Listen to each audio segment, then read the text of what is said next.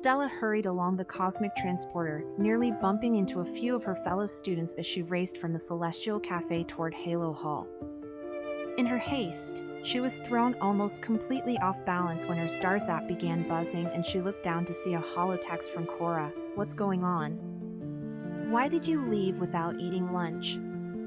Stella was so eager to get to class, she didn't want to take time to pause for a reply, but she knew she owed Cora some sort of explanation. So she quickly replied, "Sorry.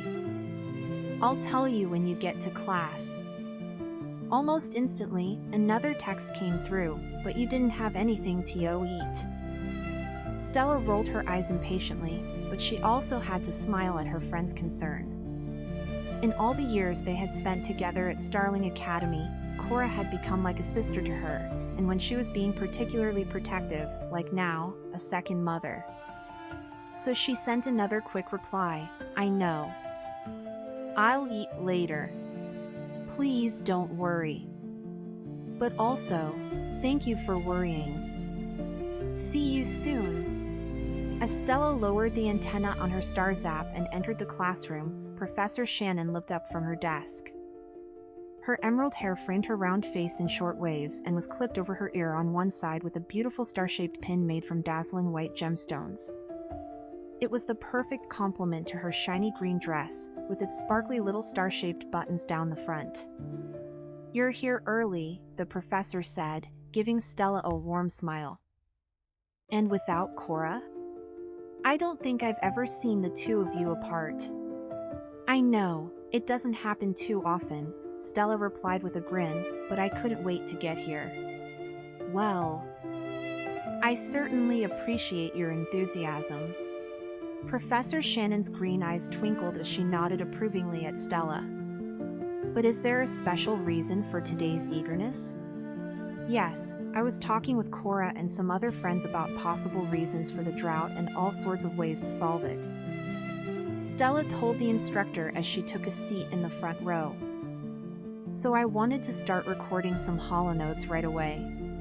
And I was wondering if we might even be able to discuss the drought in class today." The professor drummed her fingers on her desk and tilted her head, contemplating the suggestion while Stella powered up her holo notebook. "That's an interesting suggestion."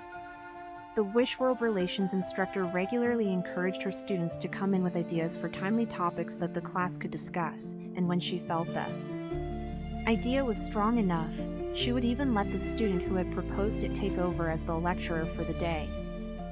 Stella was almost certain, or at least hopeful, that she was about to be placed in that esteemed position. Her stomach fluttered with nervous excitement as she began recording some holonotes and more students began filing in, their voices energizing the room as they chatted with each other and made their way toward their seats. "Hi," said Stella's classmate Indira as she sat down to Stella's right. She had big lavender eyes and her purple hair was tied back in a single braid that hung halfway down her back.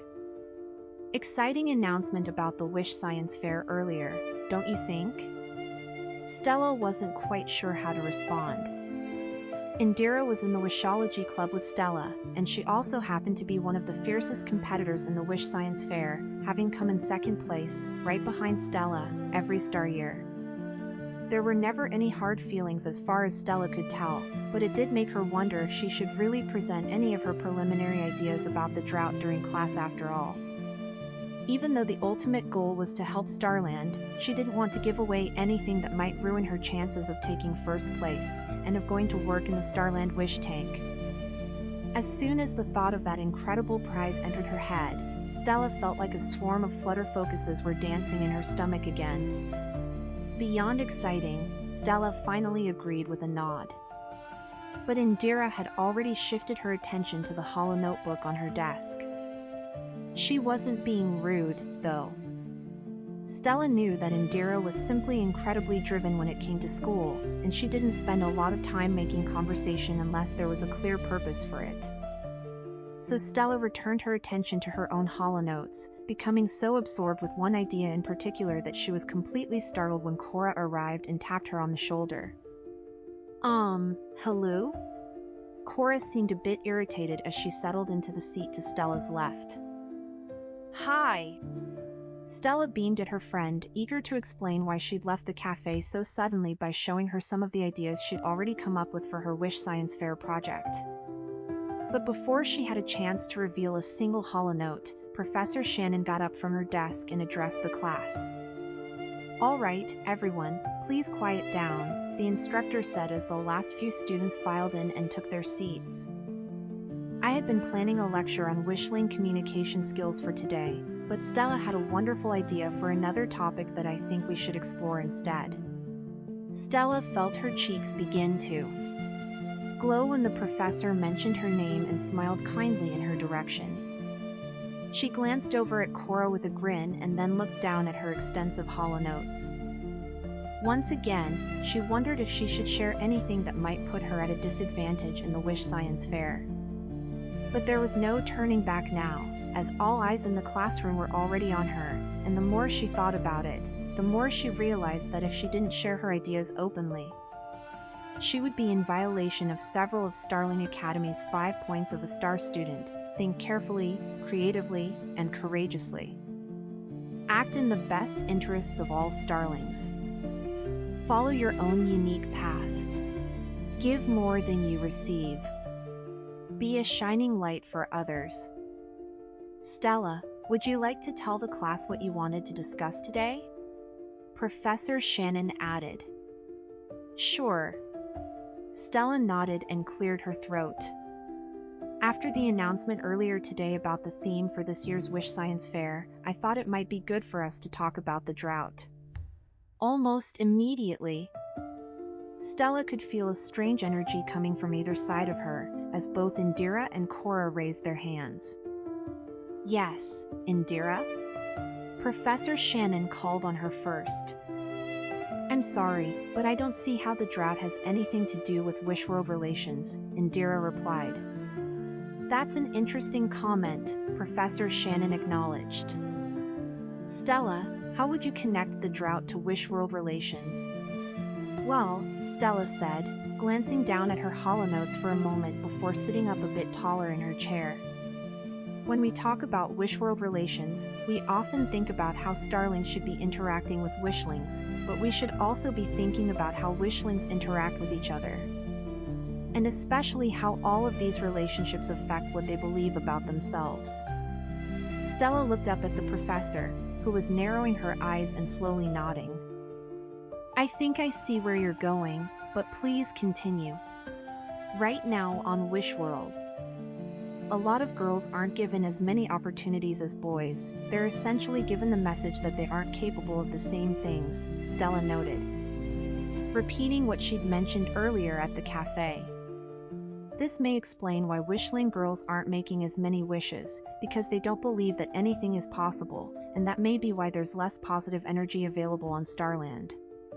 Ah, the instructor said with an enthusiastic nod. And several of Stella's classmates, including Indira, responded in a similarly enlightened way as they began to understand the connection she was making. That is a most promising theory. Can you give us an example?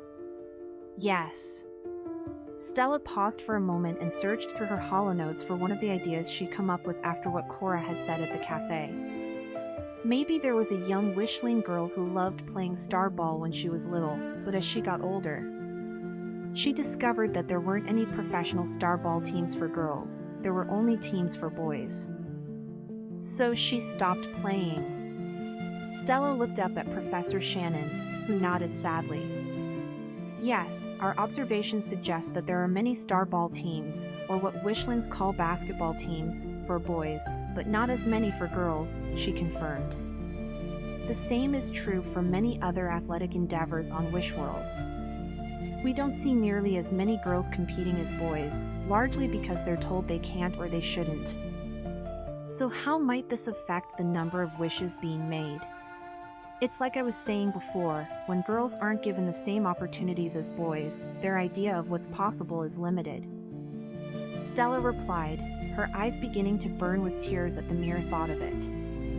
When that happens, they might stop wishing for the things they really want. they might stop trying. They might not even think about trying. As Stella's voice trailed off, Cora raised her hand and Professor Shannon called on her.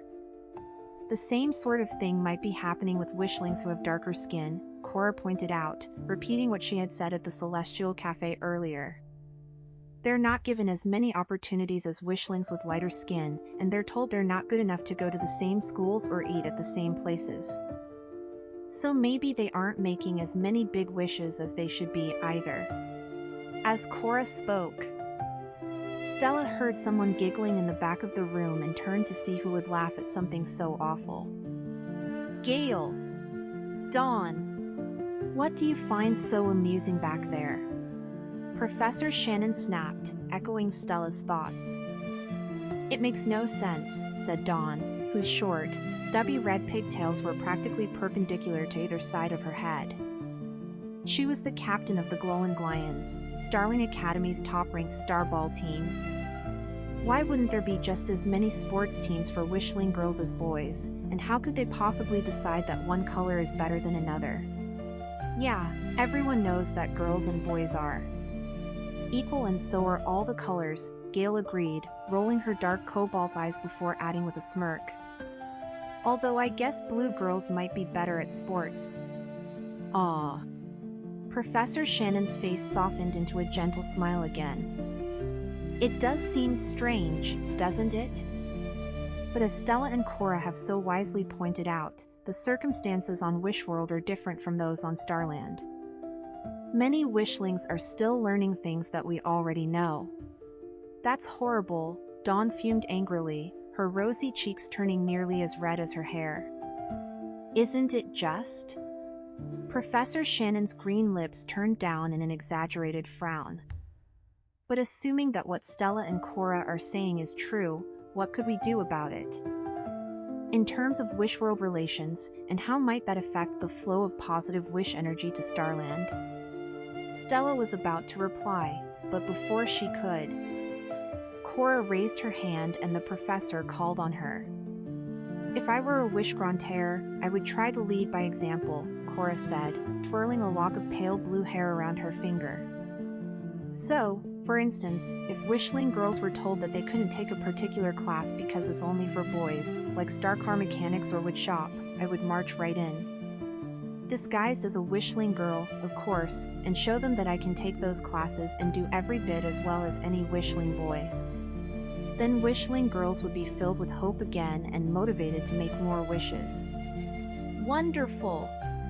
The professor's eyes sparkled happily as she looked from Cora to Stella, who smiled over at her friend and raised her hand, eager to add a few more of her own thoughts to the conversation. Yes, Stella? Professor Shannon nodded. May I demonstrate? Stella asked. Certainly. The professor smoothed down her green dress and motioned for Stella to come to the front of the classroom. Please take over. Okay. Stella felt her stomach flutter with nervous excitement as she carefully stepped over Cora and the other students in her row and headed to the front of the classroom. So, we assume that girls on Wishworld have been told that they can't do the same things as boys, Stella began, punching a few keys on her hollow notepad so an image of a sad wishling girl floated up into the air, with a group of happy and victorious boys behind her. But there are some girls who are making big wishes, which means they haven't given up hope. Again, Stella punched a few keys and another image of a wishling girl appeared. This one smiling with hands stretched over her head victoriously. She tapped on the image and a wish orb floated up and away from the smiling girl. So, I would propose that when wish grantaires go on wish missions, they should not only focus on the primary wisher, as important as that is, but also use any extra time they have available to interact with other wishlings who may have stopped believing in themselves, so they can show them that they're capable of a lot more than they might realize. Very nice, Professor Shannon noted, looking from Stella to Cora. And this would be accomplished when the wish grantaire leads by example, showing other wishlings how to stand up for and believe in themselves? That's one possibility, Stella agreed. scanning through her hollow notes, but it's not the only option. Please explain, the professor said. Well, let's say that the primary mission has to do with helping a wishling girl get what she wants, anything she wants, really, like a good grade on a test or an invitation to a special party.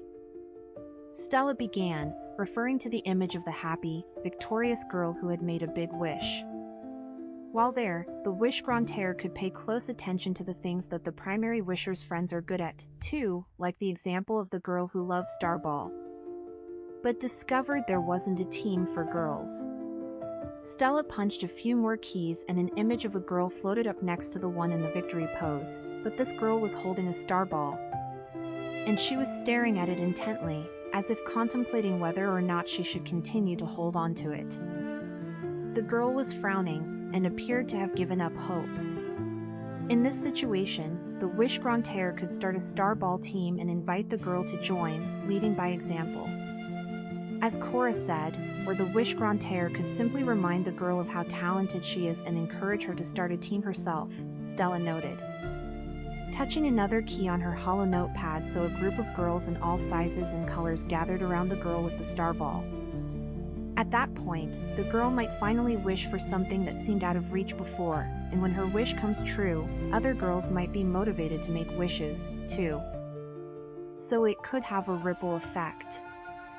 Each wish mission could result in one wish granted, plus several more wishes made, so the problem of girls not making enough wishes is solved. Stella tapped another key and suddenly wish orbs began floating above all the other wishling girls. It was quite magnificent, and when she looked up from her hollow notes, she realized that her classmates were completely spellbound as well, captivated by the images of so many new wish orbs. Then, as Professor Shannon nodded her approval, several of the students began to applaud, including Dawn, Gail, and even Indira, and within a few moments, almost everyone was cheering. Stella had presented good ideas before, but getting everyone to clap? That was a first, and it was completely thrilling.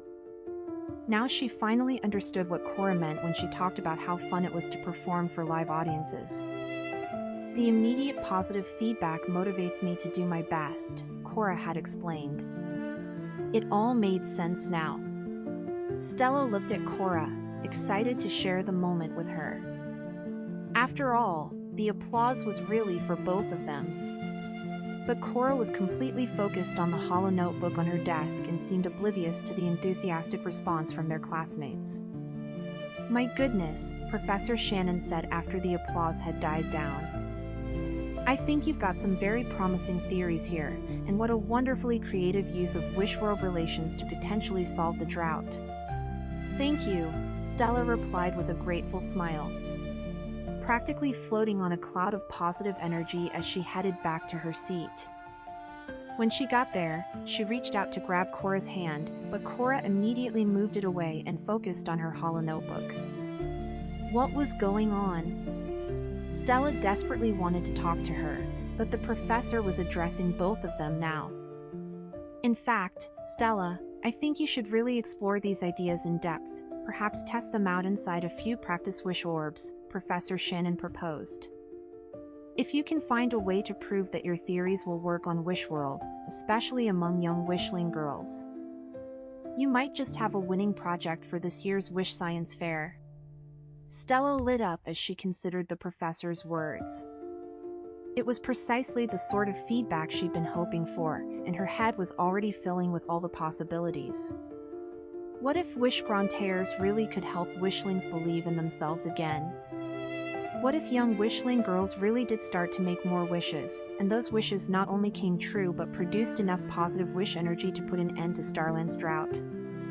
It would definitely require extensive research inside practice wish orbs. Maybe she and Cora could do the experiments together? They had always wanted to see each other disguised as wishlings but had never had the chance, because they were in different practice wish orb mastery classes. Of course! It would be so much fun, and Professor Shannon even thought it might result in a winning project.